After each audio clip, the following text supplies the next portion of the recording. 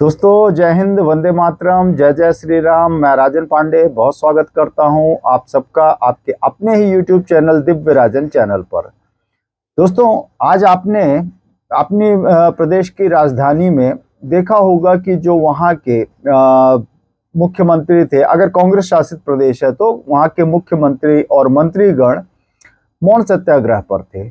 और जो non Congress ruled states थे, वहां के जो ऑफिस बियरर्स थे, कांग्रेस के पदाधिकारी थे, उन्होंने भी मौन सत्याग्रह के जरिए राहुल गांधी जी, जो कि उनके सर्वमान्य नेता हैं, उनकी जो संसद सदस्यता गई है, उसके विरोध में उन्होंने अपना प्रदर्शन किया, अपना विरोध दर्ज कराया। इसमें नया क्या था? नया था साहब, नया ये था कि कांग्रेस ने बहुत ही गांधीवादी तरीके से अपना विरोध दर्ज कराया और इस विरोध प्रदर्शन में उन्होंने कहीं पर भी किसी भी प्रकार से आम जन को किसी भी प्रकार की तकलीफ नहीं होने दी। नहीं तो अमूमन साहब एक ट्रेंड बन चुका है कि जब भी कोई विरोध प्रदर्शन होता है या कोई भी पॉलिटिकल पार्टी या पॉलिटिकल पर्सन अपना विरोध दर्ज करता है या कराता है, तो आपने देखा होगा एक क्योस सा मच जाता है, आम जन बहुत प्रभावित होता है। फिर वो चाहे उनका आवागमन का बात होती हो या जीवन के और भी कई पहलू होते हैं जहां पर उनको तकलीफ होती है। तो कांग्रेस को इसके लिए बहुत धन्यवाद, साधुवाद कि उन्होंने डेमोक्रेटिक वैल्यूज को फॉलो करते हुए अपना मौन सत्याग्रह के जरिए अपने सर्वमान्य नेता राहुल गांधी जी की संसद सदस्यता जाने के विरोध में जो उन्होंने मौन सत्याग्रह के जरिए विरोध प्रदर्शन किया और इससे किसी भी आम जन को तकलीफ नहीं हुई, उसके लिए बहुत धन्यवाद कांग्रेस को और साधुवाद।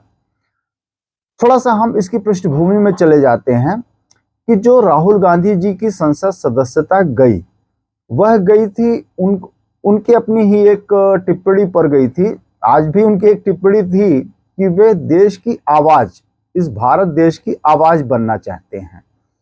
और आज की तारीख में राहुल गांधी जी के मुताबिक अगर कोई सच्चाई बोलता है तो उसको उसकी कीमत चुकानी पड़ती है और राहुल गांधी जी इसके लिए कोई भी कीमत चुकाने के लिए तैयार हैं।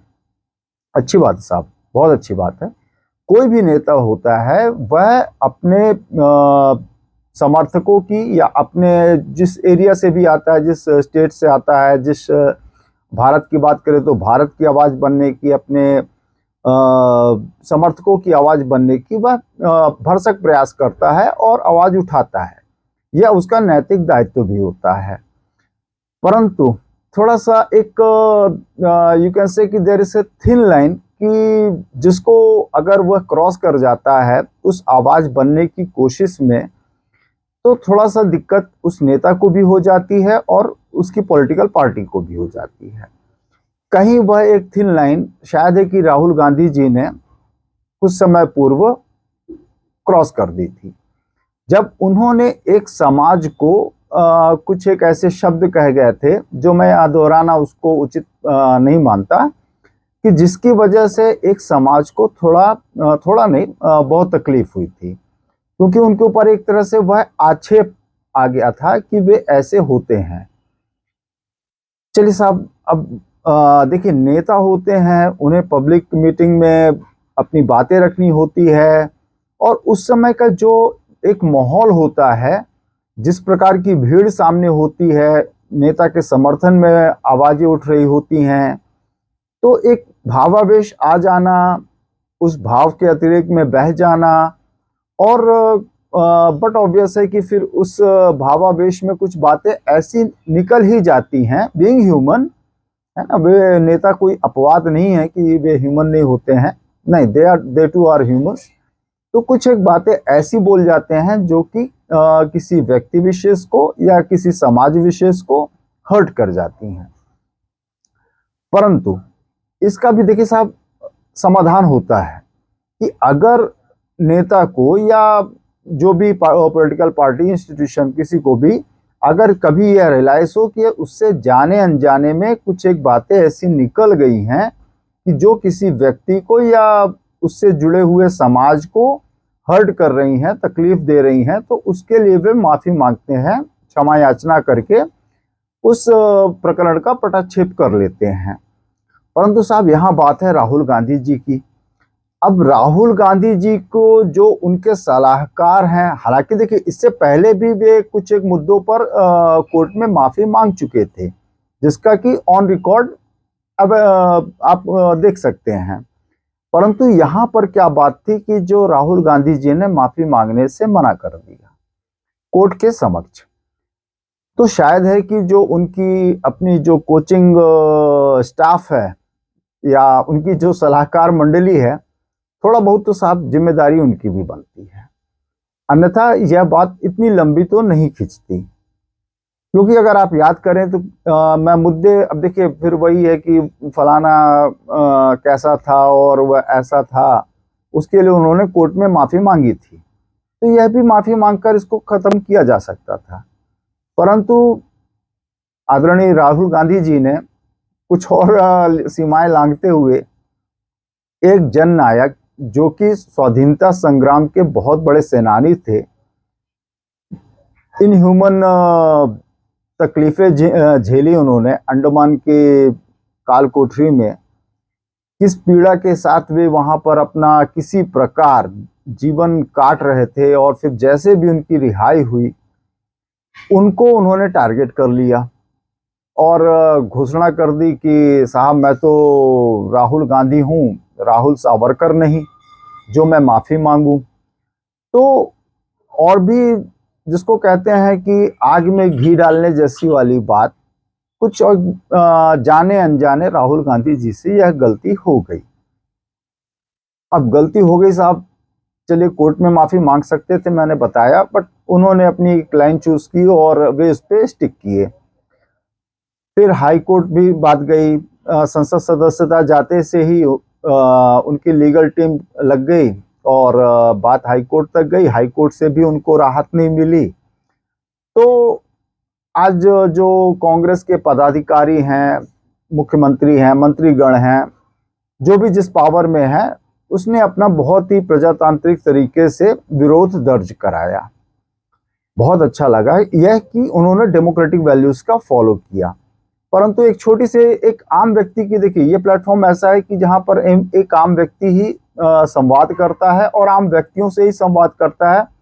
ईश्वर की बड़ी कृपा होगी, प्रभु श्री राम की बड़ी कृपा होगी अगर ये आवाज बड़े लोगों तक भी चली जाती है, बड़े नेताओं तक भी चली जाती है और वे कुछ संज्ञान लेते हैं, तो बहुत अच्छी बात होती है। तो राहुल गांधी जी तक अगर यह बात जाती है, अभी उनकी लीगल टीम इस पर काम कर रही होगी, मे बी कि सुप्रीम कोर्ट में बात जाएगी, तब शायद है कि अगर वे माफी मांगकर इसका पटाक्षेप कर देते हैं तो उससे उनका कद नहीं घटना है बल्कि कद बढ़ना ही है। क्योंकि जिस प्रकार से राहुल गांधी जी ने अभी हालिया, मैं भारत जोड़ो यात्रा से उनकी बात शुरू करता हूं, और अभी टिल टू डेट आज जब उन्होंने यह वक्तव्य दिया कि मैं भारत की आवाज बनने का प्रयास कर रहा हूं, और आज की डेट में अगर कोई आवाज सच्चाई बोलता है तो उसको उसकी कीमत चुकानी पड़ती है, और वह मैं कीमत चुकाने को तैयार हूं।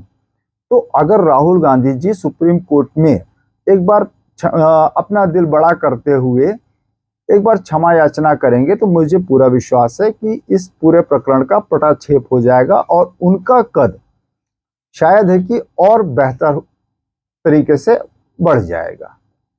अब ये तो राहुल गांधी जी और उनकी जो सलाहकार मंडली है वे ही तय करेंगे।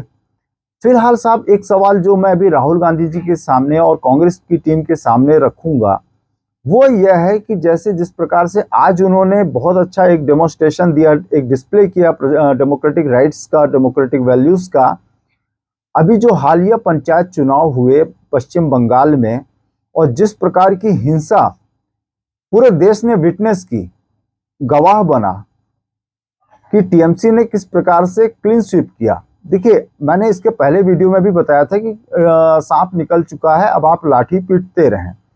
परंतु being the opposition biggest party, Rahul Gandhi ji और कांग्रेस पार्टी को यह सवाल अभी जब महागठबंधन की रैली होगी, बैठक होगी बेंगलुरु में, तो क्या वे ममता दीदी के सामने यह प्रश्न डेमोक्रेटिक वैल्यूज को सामने रखते हुए ही क्या उनसे यह प्रश्न कर सकेंगे या इतनी हिम्मत जुटा सकेंगे कि वह प्रश्न कर सकें कि दीदी क्या ये जो नतीजे आए हैं पंचायत चुनावों के, यह बिल्कुल फ्री एंड फेयर इलेक्शंस हुए और जो हिंसा हुई, जो 40 के करीब लोगों की मौत हुई, वे सभी के सभी भारतीय थे। मैं इसमें कोई पार्टी के मेंबर्स की बात नहीं करूंगा कि फलाना पार्टी कितने गए, इसके इतने गए, उसके इतने गए, दे ऑल वेयर इंडियंस, वे सब भारतीय थे। तो इन 40 या जो अप्रॉक्स नंबर है उनकी लाशों पर आपने जो ये जीत दर्ज की है, क्या आप इसको जस्टिफाई करेंगी? क्या इतनी हिम्मत कांग्रेस कर सकेगी ममता दीदी के साथ यह प्रश्न करने में? अगर करती है तो मे भी है कि really it will be A revival of Congress on its own. तब है कि शायद कांग्रेस को बैसाखी की जरूरत नहीं पड़ेगी। हालांकि अभी there is lot to be done, तब जाकर कांग्रेस को आप ये कह सकेंगे कि it's a full fleshed revival of Congress. और कांग्रेस में वह मादा है कि वे अपने आप को रिवाइव कर सकते हैं। अब देखिए एक बात जो बहुत मायने रखती है, अब देखिए चाहे वे नीतीश कुमार हो या अन्य घटक दल हो, वे सब आज कांग्रेस को, अभी अगर आपने हाल फिलहाल देखा होगा तो नीतीश कुमार जी ने यह कहा था, उनका वक्तव्य था कि कांग्रेस के नेतृत्व में बेंगलुरु में मीटिंग की जाएगी। संदेश स्पष्ट है कि now Congress should take the lead. तो जब लीड करने जा रही है तब तो कांग्रेस को यह मुद्दा अवश्य से उठाना चाहिए। हालांकि आज देखिए हाईकोर्ट, कोलकाता हाईकोर्ट में भी शायद है कि 3 रिट याचिकाएं दायर की गई इन चुनावों को लेकर, जिसकी 19 जुलाई को फिर से सुनवाई होनी है। और शायद है कि अगर हाईकोर्ट सीरियसली अगर इस बात को संज्ञान में लेता है जो कि वहां पर हिंसा हुई, तो कोई भी जजमेंट आ सकता है। तो ममता दीदी अभी शायद है कि बहुत हर्ष में या हर्षोन्माद में शायद ही कुछ अभी अपने वक्तव्य दें। वैसे कोई ऐसा नतीजा, ऐसा कोई वक्तव्य वर्डिक्ट हाईकोर्ट की ओर से आएगा, थोड़ा सा मेरे मन में तो संदेह है कि जो इन पंचायत इलेक्शंस के रिजल्ट्स को किसी भी प्रकार से प्रभावित कर सकेगा। परंतु once again I will repeat, the onus is on Congress now, क्योंकि कांग्रेस आज मैं मानता हूं कि अपने रिवाइवल की स्टेज पर आ चुकी है। जब आ चुकी है तो they should make most of it, and to make most of it वे आज अगर किसी पॉलिटिकल पार्टी को क्वेश्चन करते हैं, इररिस्पेक्टिव कि देखिए आज पश्चिम बंगाल में उनके 4% का ही वोट शेयर है, मगर अगर वे यह क्वेश्चन ममता दीदी के समक्ष उठाते हैं तो इतना निश्चित है कि वह 4%, भले अभी नियरेस्ट जो भी इलेक्शंस होंगे उसमें उनका 4 से 8 हो जाएगा, इससे ज्यादा का बड़ा उलटफेर नहीं होगा, बट लॉन्ग टर्म उसमें उनको definitely it's going to boost Congress in West Bengal. तो शायद है कि राहुल गांधी जी, उनकी माता श्रीमती सोनिया गांधी जी और मल्लिकार्जुन खड़गे जी ने यह प्रश्न ममता दीदी के सामने उठाना चाहिए। और अगर आप देखें तो ट्विटर पर मैंने देखा था कि मल्लिकार्जुन खड़गे जी ने, जो कि कांग्रेस के राष्ट्रीय अध्यक्ष हैं, उन्होंने बंगाल में हो रही हिंसा को सॉरी गलत ठहराया था। तो जब इतना दम वे ट्विटर पर दिखा सकते हैं, तो जब ममता दीदी उनके बगल में बैठी होंगी तब है कि शायद है कि वे वहां पर भी यह प्रश्न अवश्य उठाएंगे। एंड आई बिलीव कि उठाना भी चाहिए।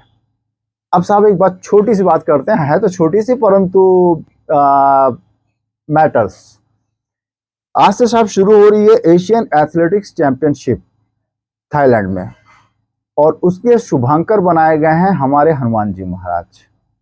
हनुमान जी महाराज किसी भी भारतीय के लिए irrespective of his caste, creed, religion, ऐसा नहीं है कि न जानता हो।